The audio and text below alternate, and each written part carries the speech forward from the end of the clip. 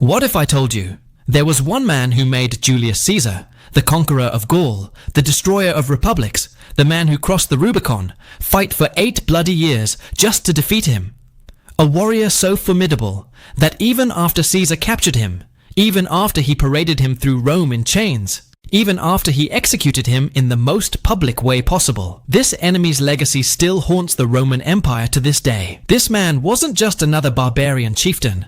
He wasn't just another tribal leader. He was something Caesar had never faced before, and would never face again. The one enemy who united an entire nation against Rome, and came terrifyingly close to destroying Caesar's career, his reputation, and quite possibly his life. But here's the twist that will shock you.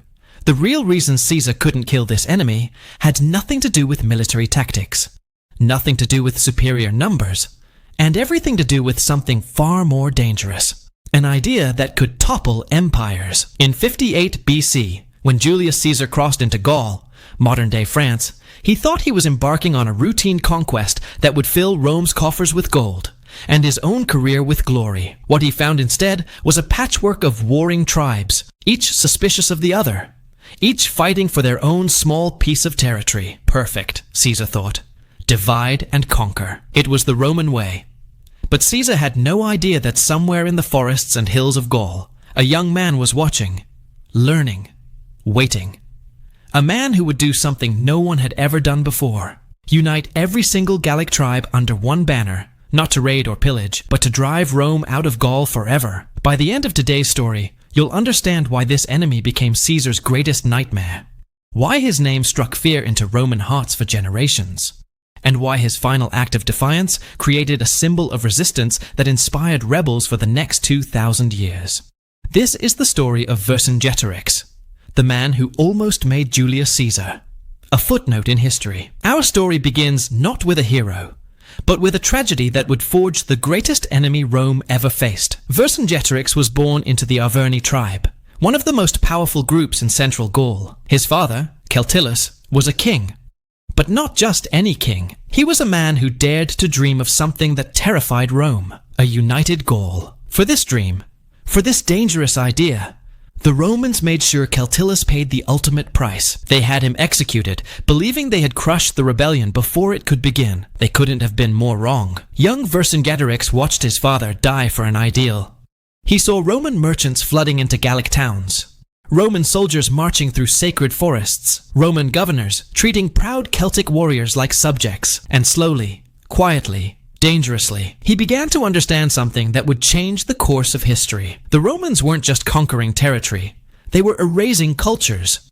They were destroying a way of life that had existed for centuries, and if someone didn't act soon, there would be nothing left of the Gallic people except Roman slaves and Roman citizens. But Vercingetorix was smart. He didn't rush into battle like so many failed rebel leaders before him. Instead, he did something unprecedented.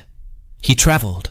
He visited tribe after tribe, learning their customs, their languages, their grievances. He discovered that every single Gallic tribe had the same problem.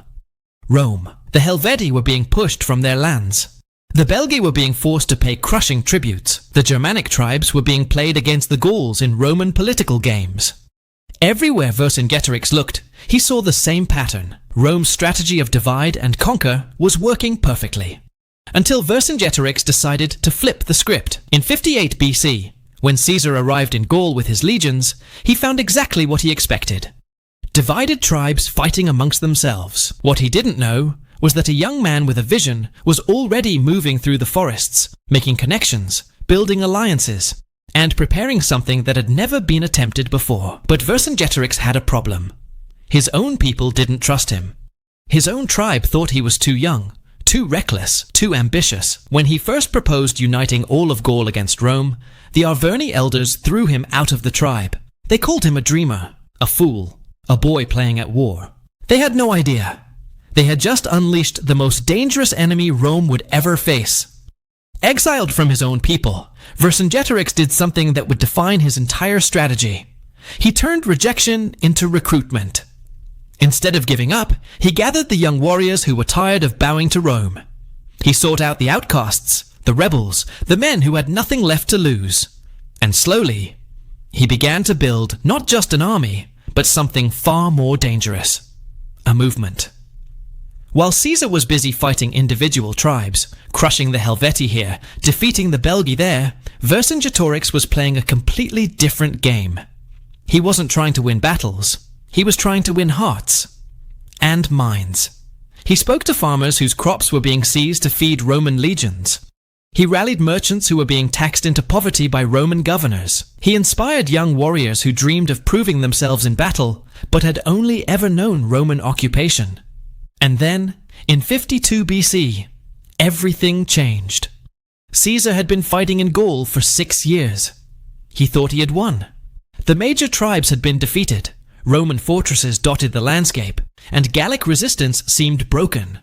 Caesar was so confident that he decided to spend the winter in northern Italy, leaving his legions scattered across Gaul, in what he thought was a pacified province. It was the opportunity Vercingetorix had been waiting for. His entire life. In the dead of winter, when Roman legions were separated and vulnerable, when Caesar was hundreds of miles away, Vercingetorix struck. But he didn't attack Roman forts or ambush isolated patrols. Instead, he did something that caught Caesar completely off guard. He declared himself king of all Gaul. Overnight, tribes that had been fighting each other for generations laid down their weapons and picked up a new banner, Vercingetorix's banner. The Arverni, who had once exiled him, now hailed him as their rightful leader. The Aedui, Rome's most loyal Gallic allies, suddenly switched sides. Even tribes that had never worked together in living memory sent warriors to join his cause. For the first time in history, Gaul was united, and they had one goal: drive Caesar and his legions back across the Alps forever. When news reached Caesar in northern Italy, he reportedly stared at the messenger in disbelief. This wasn't supposed to happen. Barbarian tribes didn't unite. They didn't organize. They didn't plan coordinated rebellions across hundreds of miles of territory. But Vercingetorix wasn't just any barbarian leader, and what happened next would push Caesar to the very limits of his military genius. Because Vercingetorix had spent years studying Roman tactics, he knew how Roman legions fought. He understood their strengths and, more importantly, their weaknesses, and he had developed a strategy that would turn Caesar's own methods against him. But that was nothing compared to what came next. A military campaign so brilliant, so ruthless, and so effective that it nearly ended Caesar's career before he ever became emperor of Rome. But what if I told you that Vercingetorix's most devastating weapon against Caesar wasn't his army, wasn't his strategy, and wasn't even his ability to unite the tribes? What if the thing that brought Julius Caesar closest to total defeat was something much simpler, much more brutal, and much more shocking than anything you might expect from ancient warfare? In just a minute, you'll discover the tactic that made Caesar's legions desert, that turned Roman allies against Rome, and that nearly starved the greatest military mind in history into submission. It was a strategy so effective that military commanders still study it today, and so ruthless that it shocked even Caesar's hardened veterans. Get ready, because what Vercingetorix did next changed the rules of warfare forever. When Caesar rushed back to Gaul with whatever troops he could gather, he expected to face the same kind of enemy he had been fighting for 6 years.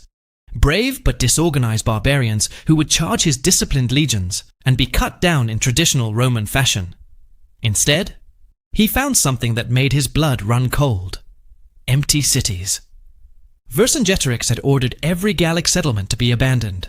Every granary was emptied. Every well was poisoned. Every bridge was destroyed. As Caesar's legions marched deeper into Gaul, they found nothing but scorched earth and the smoke of burning villages on the horizon.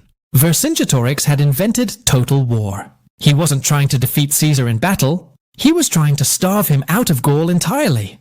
Roman legions needed massive amounts of food and supplies. They depended on local resources and friendly settlements. Without them, even the most disciplined army in the world would eventually collapse. For weeks, Caesar's legions marched through a wasteland.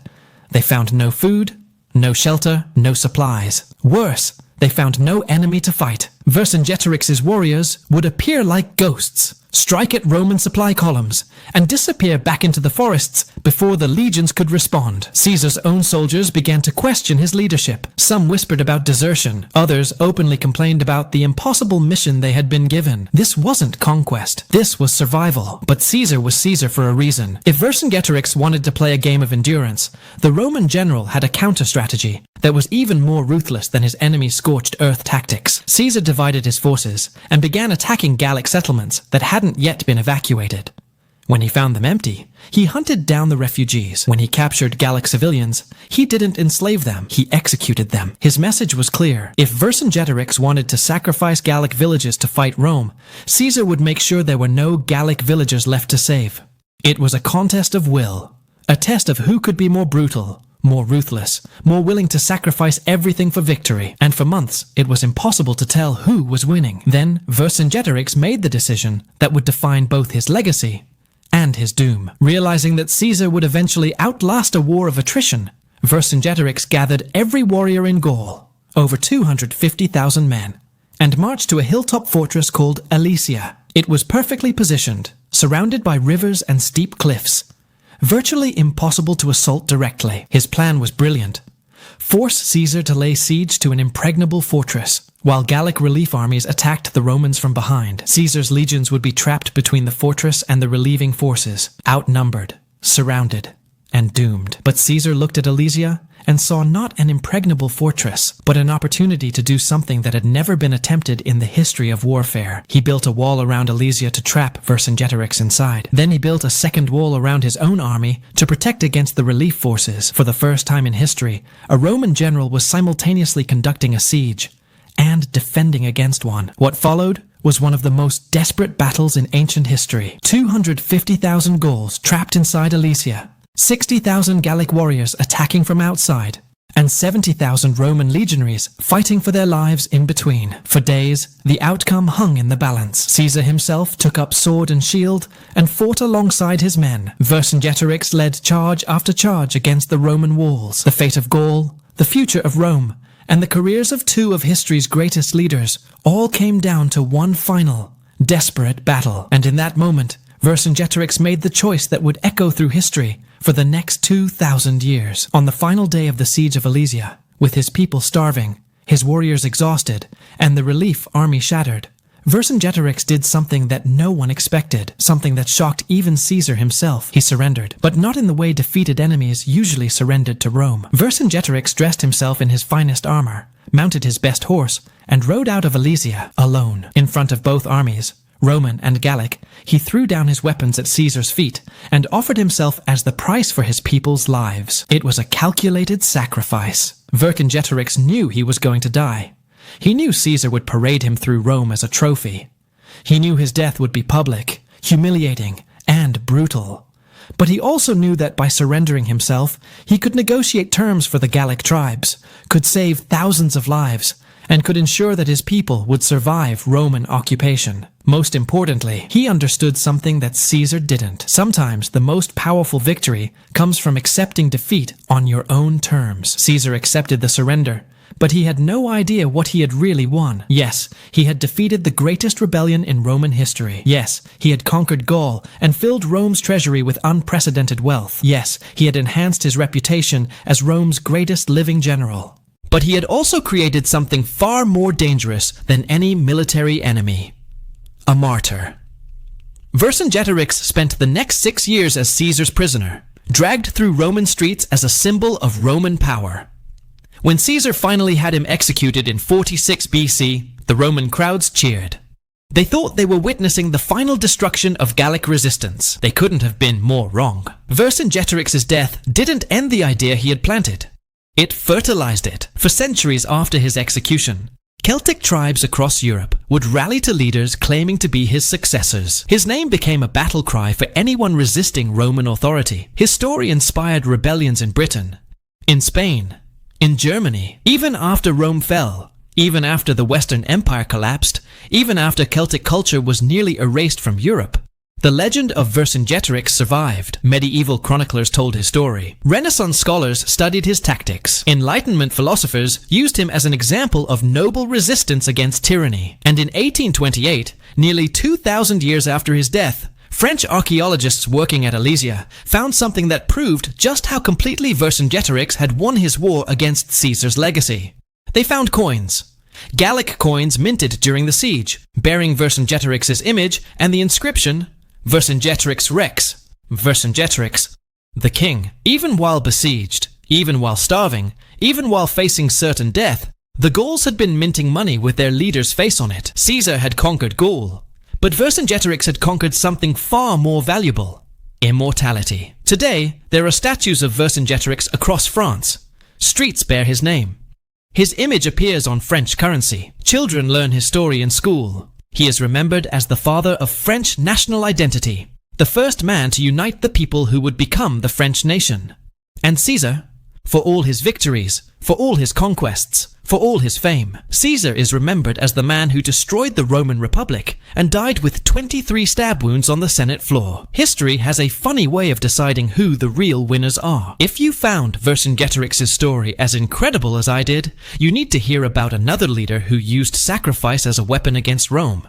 The gladiator who brought the empire to its knees with nothing but escaped slaves and an unbreakable will. Spartacus didn't just fight Romans. He terrorized them in ways that still shock historians today. But that's not the only story of impossible defiance against overwhelming odds. There's the Germanic chieftain who destroyed 3 entire Roman legions in a single battle. The British queen who burned London to the ground. And the Jewish rebels who held off Roman armies for 7 years in a fortress everyone said was impregnable. These aren't just ancient stories. They're blueprints for how ordinary people can resist impossible odds, how clever tactics can defeat superior forces, and how the right leader at the right moment can change the course of history forever. What do you think made Vercingetorix so dangerous to Caesar? Was it his military genius? His ability to unite the tribes? Or something else entirely? Let me know in the comments. And if you want more stories of ancient leaders who nearly changed history, make sure to subscribe and hit that notification bell. Until next time, remember, sometimes the greatest victories come from those who are willing to lose everything for what they believe in.